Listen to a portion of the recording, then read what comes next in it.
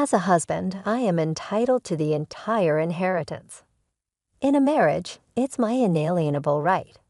I might purchase a mansion. The mother-in-law and husband have a severe financial obsession. They even attempt to take credit for my father's wealth, so it's not just me.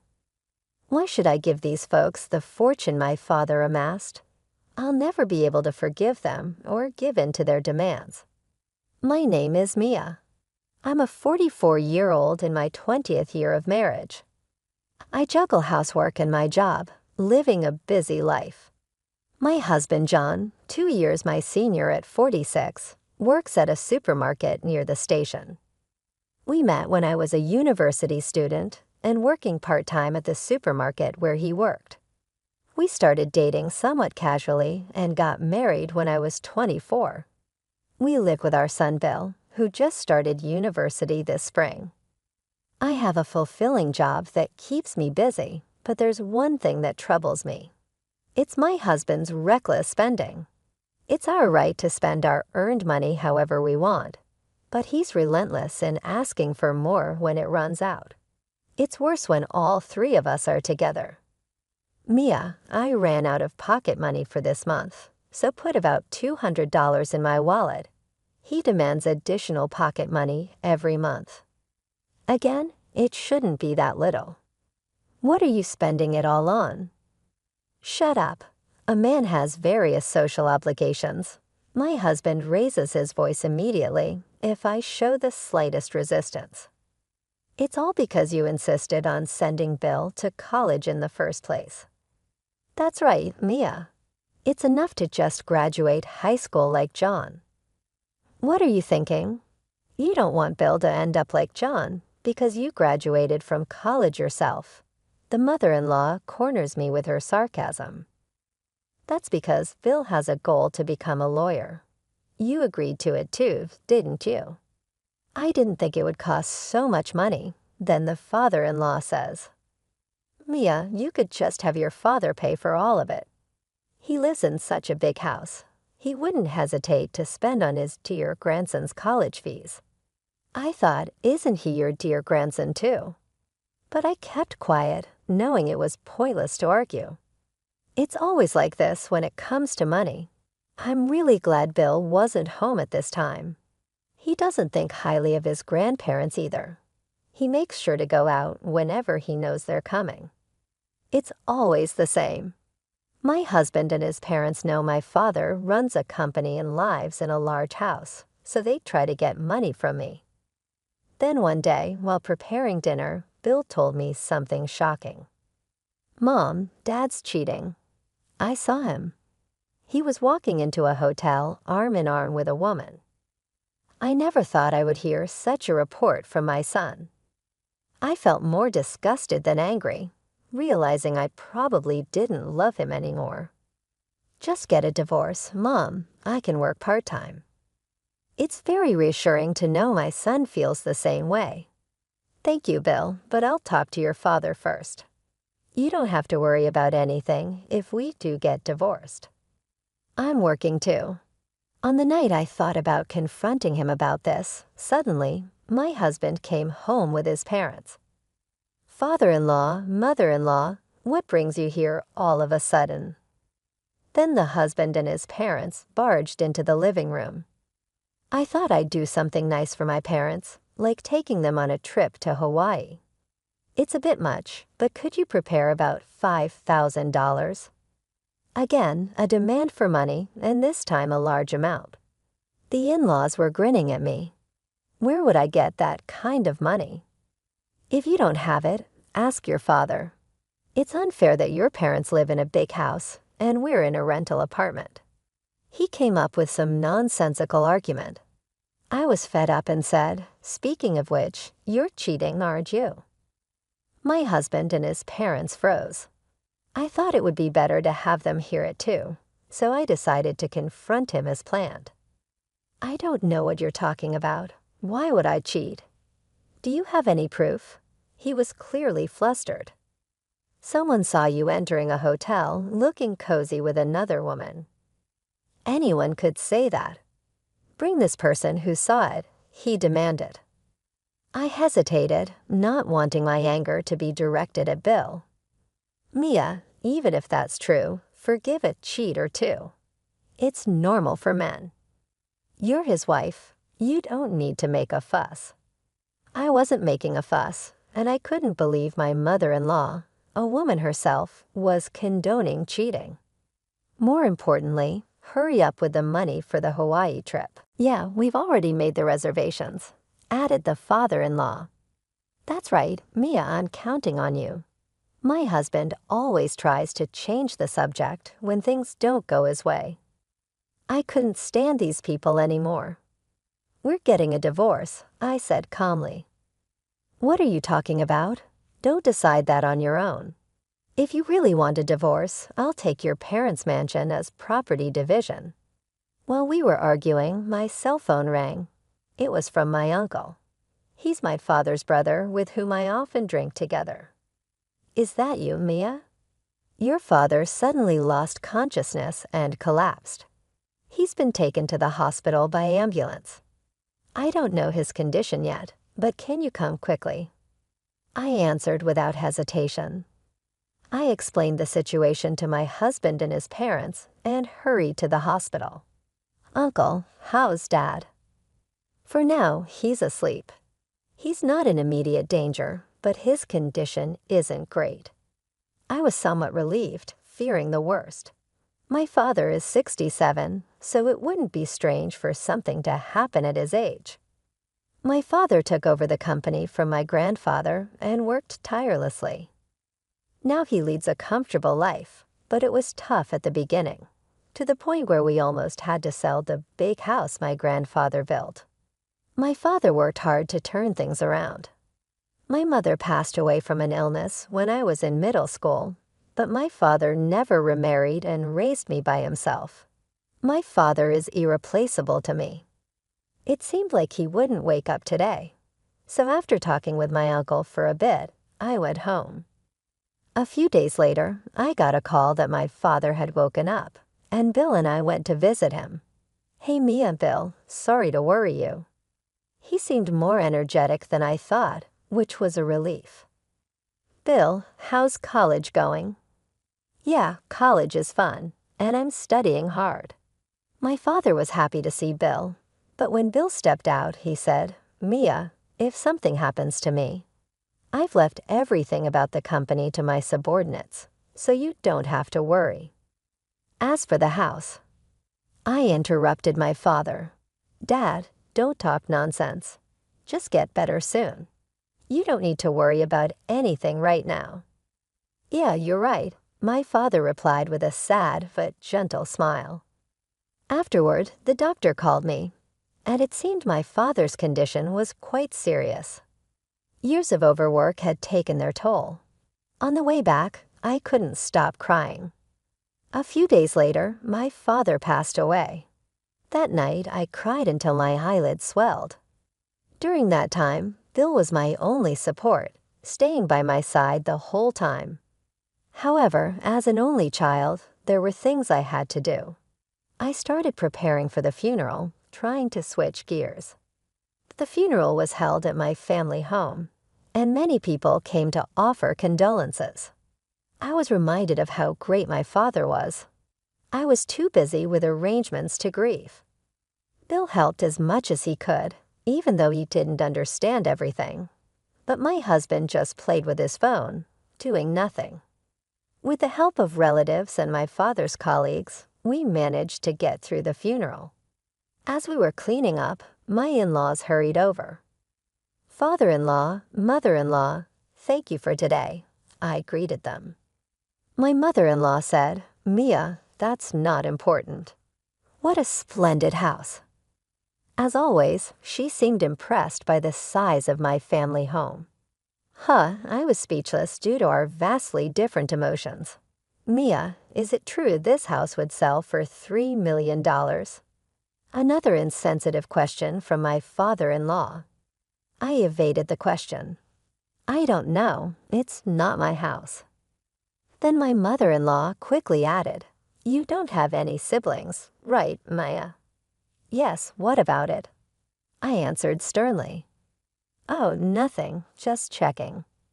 After that, they left, satisfied with my husband.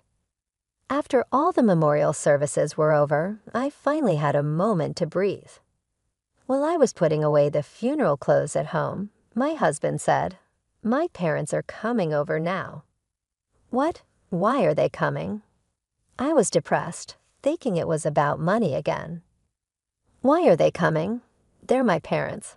We'll talk about it when they get here, so wait a little longer."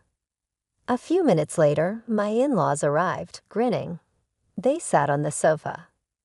Then my husband said, "Hey, Mia, when are we moving? If it's just the three of us in such a big house, it's a waste. My parents will live with us after we move." "What are you talking about all of a sudden?" "We're getting divorced." I was busy with my father's affairs, but my intention to divorce hadn't changed. "Oh, come on. That topic again. I was wrong before, got a bit angry, but I'm not cheating, and I don't want a divorce. Don't joke around." I raised my voice. Now, you two, spouses share everything, so it's not good to monopolize." My father-in-law smirked and said something nonsensical. "A wife should listen to her husband. You're planning to keep all the inheritance for yourself. I'll take it all. It's my right as a husband. If you don't like living together, Mia, you can just give us the inheritance. Maybe we'll buy a mansion." My husband and his parents seemed to think all the inheritance was theirs. What a ridiculous family. My patience had long been exceeded by the audacity of these people, thinking they could inherit the house filled with precious memories of my father and the wealth he had worked so hard to accumulate. I want a room that's spacious and gets plenty of sunlight. I'd prefer a room close to the toilet. There are plenty of toilets in such a big house. Despite my glaring at them in anger, they were discussing these outrageous things. I vowed never to let them have their way. A few days later, I got a call from my uncle. "It's been tough, Mia." "You did well," my uncle consoled me.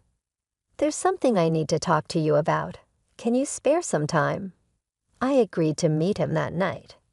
"Uncle, what's up?" "What did you want to talk about?" "There's something I absolutely have to tell you, Maya." I was shocked by what he told me.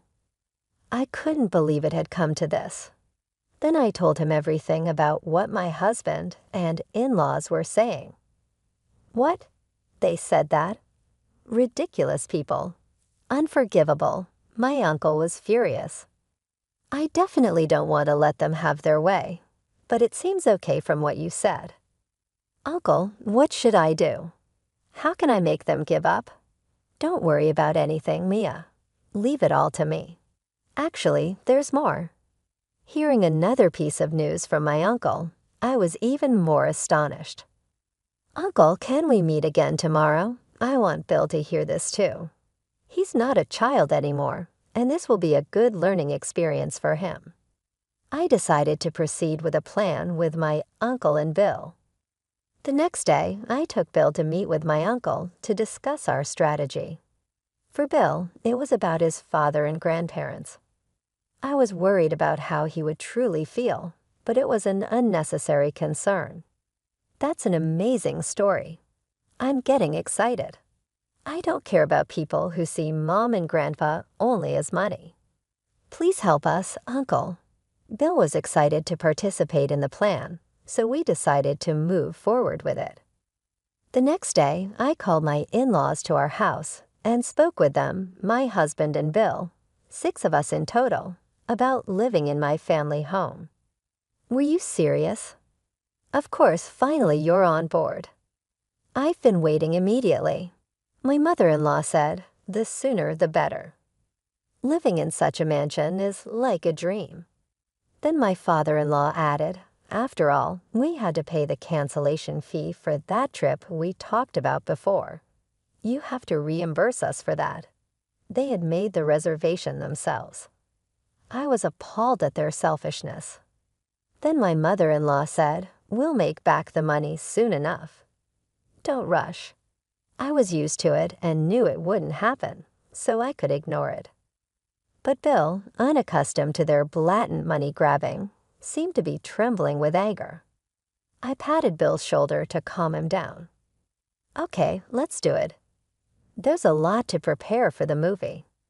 So mother-in-law and father-in-law, please let us know when you've decided on the moving date. John, you move on the same day. Bill and I will go ahead to get the house ready. I get why you're going, but why, Bill? G's question was unusually sharp. Can you prepare meals and do laundry? Bill is still a student. You can manage just for yourself, right? Yeah, I guess. I managed to deflect with a plausible reason. However, John said, you can do the tidying in the daytime. Why move ahead? You're not planning to take the best rooms for yourselves, are you? You know that house best. He was resisting over trivial matters. It's fine. That mansion has over 10 rooms, right, Maya? Mother-in-law was in a good mood the entire time, thinking they could live in the mansion, unknowingly pushing the conversation in a direction that worked in my favor. I can't do any tidying up during the day because of work. We'll do it slowly at night and on days off. Don't worry, you can choose your room first. Really? All right, then that's settled. I managed to deflect the situation in my mind. I thought, just wait and see. I'll bring you down to the bottom soon. A month later, the moving day was set, and I received a message from my husband. The day of the final showdown was decided, and I was excited. On that day, my husband and in-laws arrived at my family home with a moving truck. Bill and I were waiting in front of the entrance. As my husband got out of the car, he said, "Hey, kept you waiting, huh? Huh, so this is my house from today. I've really made it." Ignoring my husband's poor joke, I looked at my in-laws who were sparkling with excitement, not realizing they were about to turn back. Then the gate opened, and my uncle came out of the house. My uncle stood there, arms crossed, silent. "Who are you? What are you doing in someone else's house?" My husband apparently didn't even remember my uncle, whom he had met at the funeral. "This is my uncle, my father's brother. You met him at the funeral, remember?" "Oh yeah, that time, my husband awkwardly muttered something like a thanks, but his voice trailed off. "So what are you doing here?" he asked hesitantly, while my in-laws looked puzzled. Then my uncle said, "This isn't my house. Is there a problem with me being in my own house?" My uncle spoke assertively from the beginning, overwhelming my husband and in-laws. "It seems you have a lot of misunderstandings. I've heard the story from Mia. The inheritance from my father was divided between my brother and me. My brother got the company, and I got the house. But I had already left home and was living elsewhere with my family. I didn't plan to move back since my brother was running the company. He continued living here, so he lived here, but the house was in my name. In other words, just because my brother passed away, it doesn't mean the house belongs to Mia." They didn't seem to fully understand my uncle's words. "Mia, what's this about? Aren't we moving in here today?" My husband asked calmly, as if he had moved past anger. "I won't let that happen. You and your family have always been after my father's money, demanding absurd things like living in the mansion or paying for vacations, even after my father passed away. Why should people like you who haven't put in any effort get what my father worked so hard for? You're incredibly brazen." I raised my voice, which took my husband and in-laws aback. But my husband said, "What? How dare you speak to me like that?" Then suddenly, Bill intervened. "Dad, you're cheating, right? I was the one who told Mom." "Bill, what nonsense are you spouting?" My husband couldn't hide his shock at being confronted by his son. "I saw it, Dad." Entering a hotel, looking cozy with a woman. "Are you sure it was me? It's a serious mistake if you're wrong." My husband still wouldn't admit it. Dad, just stop it. Leave Mom and us. Disappear from our lives. The words from his son seemed to hit him hard. But my in-laws' obsession with money was relentless. We don't know what the truth is, but if you want a divorce, go ahead. But we'll need a proper property division. We gave up our apartment and even quit our jobs to relax in that mansion today. Then my mother-in-law added, "That's right, John quit his job too. We have nowhere to live or work now. It's too convenient for you to just send us back. We'll make sure we get what we're owed." I was astounded. Huh? You quit your jobs, both of you? Why would you quit your jobs just because you're moving houses? Are you stupid? Now I clearly see how much you were counting on my father's inheritance. You're the ones being too presumptuous. The hopelessness of my husband's and his parents' actions far exceeded my expectations. Either way, as his child, I'm supposed to inherit this estate. I'll be expecting a hefty property division. That's when my uncle stepped in again. Listening to you talk one absurd thing after another, I can't believe how you come up with such ideas. There's no point in having a rational conversation with you. To put it bluntly, I'm a lawyer. So what? How does that relate to anything? Don't you get it? The divorce will go through, and you'll be the one paying the property division. My husband and his parents still didn't seem to grasp it. It's true that just Phil witnessing your affair isn't enough evidence, but a month ago, Mia hired me as a lawyer to investigate your infidelity. My husband's face gradually turned pale. In the past month, you've met with a part-time worker at your workplace. Let's call her Mrs. A, 5 times about once a week, always at the same hotel. I know about the allowance Mia gives you. It's not enough, right? That's why you were always asking for more. What are you basing this on? Do you have any evidence? I'm saying this because I have evidence. I have several photos. Shall I mention Mrs. A's name here? My husband had no choice but to admit it. You're having an affair. That's an undeniable fact. You won't get a penny from Mia, and you'll have to pay the damages instead. Finally, my husband and his parents seem to understand the situation. From now on, please handle everything through a lawyer and never show your faces to me again, I said firmly. My husband glared at me for a moment, but then looked away, and they all left the way they had come. Thank you, Uncle. No problem. I was more motivated than usual since they were bad-mouthing my brother. Once this is settled, I'm going back to my family. Mia, Bill, you live in this house. It's what your father and grandfather would have wanted. It's a shame for such a nice house to be empty. Okay, I'm happy to live here, I answered with a smile. Honestly, I had hoped for this outcome. Not just living in a mansion, but being able to live in a house full of memories with my father. Thank you, Uncle. This has been a great learning experience for the future. Good job, Bill. Investigating your own parents' affair is quite an intense work experience. Study hard in college and become a great lawyer. After that, my uncle successfully finalized the divorce. Bill and I began living in the house my father had lived in. It was too big for just the two of us, but I was very happy to be surrounded by memories. Bill seemed to have learned a lot from my uncle and was more committed than ever to his studies to become a lawyer. My husband and his parents ended up living in an old apartment. He struggled to find a new job due to his age and called me once. I need to borrow some money. His tone was different from before, not entitled but pleading. We're estranged. We're strangers now.